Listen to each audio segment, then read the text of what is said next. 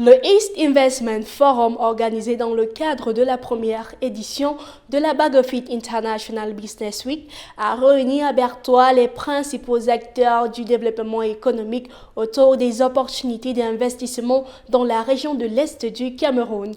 Au cœur de cette dynamique, les enjeux liés à la logistique, au transport et à la fluidité des échanges commerciaux occupent une place essentielle. Pour en parler, nous recevons dans cette édition de décryptage Mbappé Penda Auguste, directeur général du Conseil national des chargeurs du Cameroun.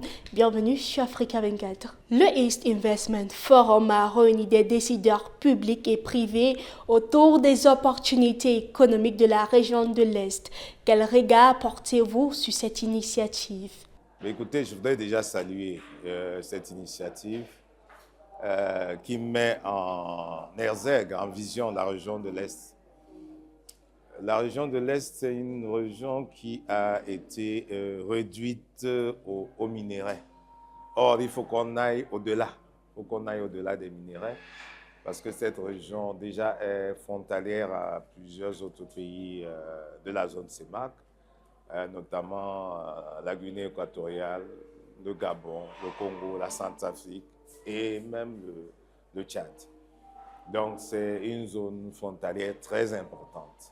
La compétitivité d'un territoire repose en grande partie sur la qualité de sa chaîne logistique. Quels sont aujourd'hui les principaux défis que doit relever la région de l'Est en matière de transport et de facilitation des échanges? Mais le gros défi, c'est les infrastructures, vous savez.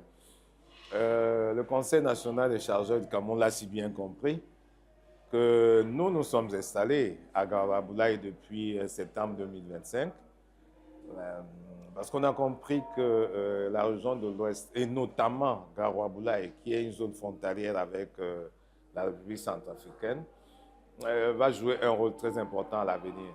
Je vais vous révéler qu'au niveau du CNCC, nous avons reçu une délégation de la République démocratique du Congo et que j'ai été reçu par l'ambassadeur de la République démocratique du Congo à Yaoundé parce qu'ils voient comment est-ce qu'ils vont faire passer une partie de leurs marchandises à travers la Centrafrique d'Ombangui, à travers Garoua-Aboulaye, avant d'atteindre le port de Kribi. Donc le principal problème aujourd'hui, effectivement, ce sont les infrastructures.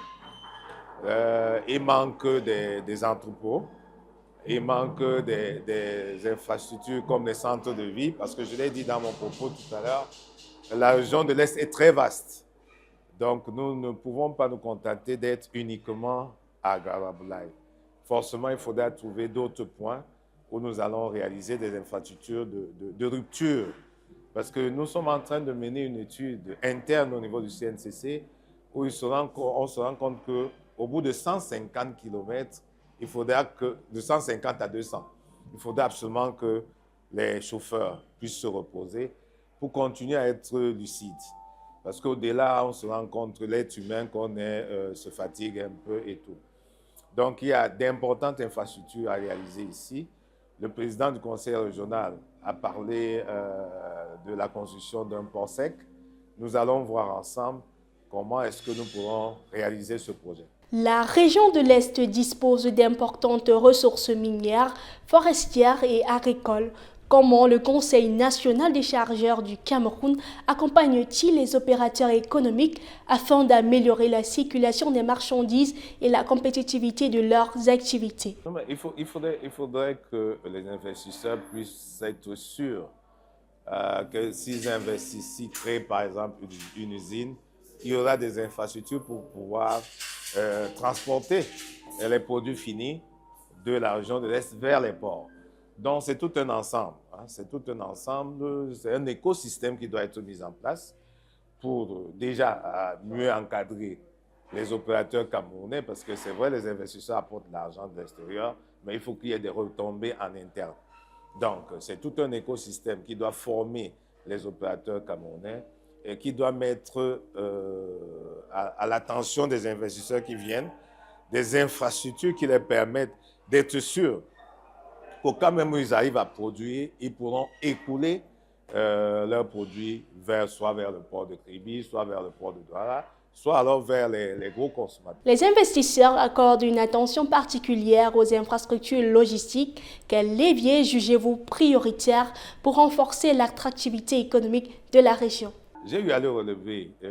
Nous signons cet accord à la suite du décret qui a été signé et publié par le président de la République, son Excellence Paul Biya, le 16 juillet 2025, qui a eu à transformer le Conseil national des chargeurs du Cameroun d'établissement public administratif, EPA, à société à capital public. Donc, cette transformation institutionnelle nous autorise à rechercher de l'argent, à signer des conventions de partenariat public-privé, mais en même temps, et ce qui est très important, ce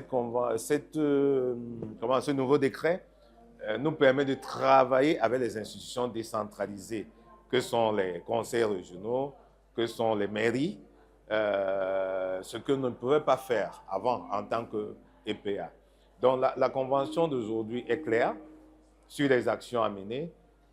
Forcément, la région de l'Est va apporter de l'espace, puisque nous savons qu'il y a de grandes superficies ici. Et nous allons apporter notre savoir-faire, notre ingénierie, déjà pour savoir ce qui peut être construit en fonction de l'espace qui nous est accordé. Et maintenant, rechercher des financements en fonction des réalisations qui vont être dédiées. Mais je peux vous dire que c'est un travail qui va être fait très rapidement parce que nous avons une vision précise de ce que nous voulons faire. Et comme je l'ai dit, nous sommes déjà installés dans la région de l'Est. Nous avons déjà un pied dans la région de l'Est. Vous avez signé un accord avec le Conseil régional de l'Est du Cameroun. Quels sont les principaux engagements à retenir de ce partenariat? Oui, l'une des remarques majeures que nous faisons, c'est que les opérateurs économiques ne sont pas toujours informés des facilités qui leur sont accordées, notamment à travers un instrument comme la ZELCAF, la zone de libre-échange, nous en avons parlé. Le ministre du Commerce, nous le remercions d'ailleurs, a eu à désigner le CNCC au niveau du Cameroun pour conduire le sous-comité de mise en place de la ZELCAF. Il y a plusieurs facilités qui sont offertes aux opérateurs, notamment la réduction des droits de douane sur certains produits. Donc on se rend compte que les opérateurs ne sont pas toujours au fait de ces facilités. C'est pour ça que nous leur demandons tout le temps de nous approcher. Au moment où nous sommes à Bagofit, il y a une réunion qui s'est tenue hier au niveau du siège du CNCC où la salle était comble parce que c'est le premier séminaire qu'on organisait à la suite de la signature de la BEAC au niveau du PASS.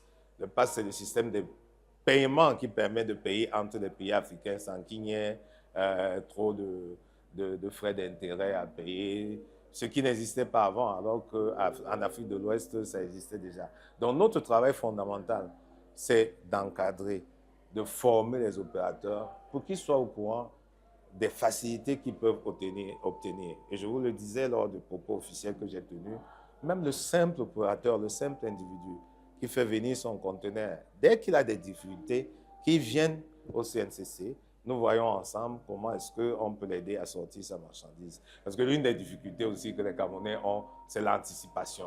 On attend d'abord que la marchandise arrive avant de chercher l'argent pour essayer d'aller dédouaner. Alors qu'il faut le faire avant. Pour terminer, quel message souhaitez-vous adresser aux investisseurs et aux opérateurs économiques intéressés par les opportunités qu'offre aujourd'hui la région de l'Est? Mais écoutez, les investisseurs ont intérêt à venir.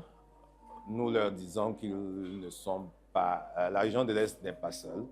La région de l'Est est assistée par toutes les structures, le port de Kribi, le PAD, le port de Douala, le guichet unique, le CNCC.